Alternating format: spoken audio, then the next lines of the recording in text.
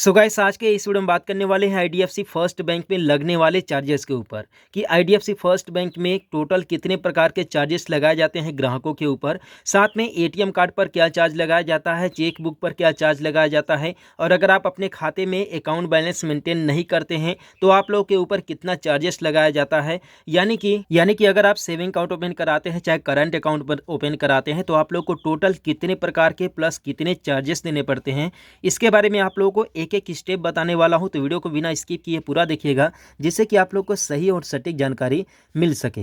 Basically देखिए, अगर आप लोग आईडीएफसी फर्स्ट बैंक में अकाउंट ओपन कराने जा रहे हैं या फिर ऑलरेडी अकाउंट ओपन कर चुके हैं तो इस वीडियो को पूरा शुरू से अंत तक जरूर देखिएगा जिससे आप लोग को चार्जेस के बारे में कंप्लीट इन्फॉर्मेशन मिल जाएगा। बेसिकली यहाँ पर आप लोग चार्जेस अगर देखें तो आप यहाँ पर देख लीजिए चेक रिटर्न डिपॉजिटेड का, यहाँ पर आप देख लीजिए चार्जेस फ्री है। यहाँ पर री इशू आप चेक बुक का ये भी फ्री है। अगर आप रिप्लेसमेंट आप डेबिट कार्ड यानी कि अगर पुराना डेबिट कार्ड कहीं खो गया है तो आप नया डेबिट कार्ड अप्लाई करते हैं, रिप्लेस करते हैं, वो भी फ्री है।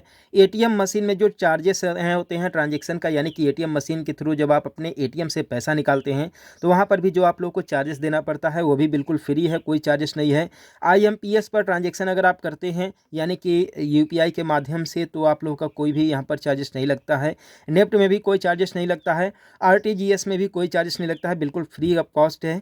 चेक बुक अगर आप लोग री इशू कराते हैं तो भी आप लोगों से कोई चार्जेस नहीं लिया जाता है आईडीएफसी फर्स्ट बैंक में, आप यहाँ पर देख सकते हैं बिल्कुल फ्री है। एसएमएस अलर्ट का भी कोई चार्जेस नहीं लिया जाता है, जबकि कुछ बैंकों में जो है कि अच्छा खासा पैसा आपके अकाउंट से डेबिट कर दिया जाता है एसएमएस चार्ज के नाम पर, ठीक, लेकिन इसमें कोई भी चार्जेस नहीं लिया जाता है। कैश डिपॉजिट या फिर विड्रॉल पर भी ब्रांच पर जो है कि कोई भी चार्जेस नहीं लिया जाता है, ना ही डिपॉजिट पर या फिर विड्रॉल पर कोई और अदर ब्रांच पर जाकर के विड्रॉल करते हैं तो भी कोई चार्जेस नहीं लिया जाता है। डेबिट कार्ड जो है कि इशू करने का या रिन्यूअल करने का कोई चार्जेस नहीं है, बिल्कुल फ्री है। एटीएम मशीन ट्रांजैक्शंस बिल्कुल फ्री है। थर्ड पार्टी कैश डिपॉजिट या फिर विड्रॉल, यानी कि थर्ड पार्टी का मतलब ये है कि अगर आप किसी दूसरे बैंक के बीसी के पास जाकर के, जैसे एसबीआई बैंक बीसी के पास जाकर के अगर आप लोग पैसा निकालते हैं तो भी ये फ्री ट्रांजेक्शन्स हैं, कोई भी चार्जेस नहीं है। कुल मिलाकर के बात करें तो यहाँ पर कोई भी चार्जेस आप लोगों से नहीं लिया जाता है।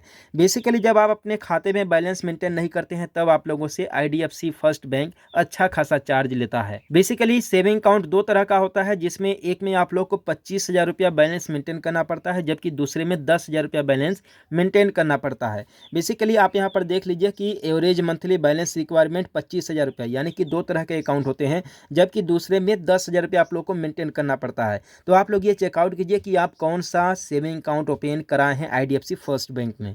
बेसिकली अगर आप लोग के अकाउंट में 25,000 रुपया जो है कि मंथली एवरेज बैलेंस यानी कि मेंटेन करने की अगर रिक्वायरमेंट है तो बेसिकली अगर आप 20,000 से लेकर के 25,000 के बीच में अगर आप लोग बैलेंस मेंटेन करते हैं तो आप लोग को 50 रुपया प्रति मंथ का चार्ज लगेगा।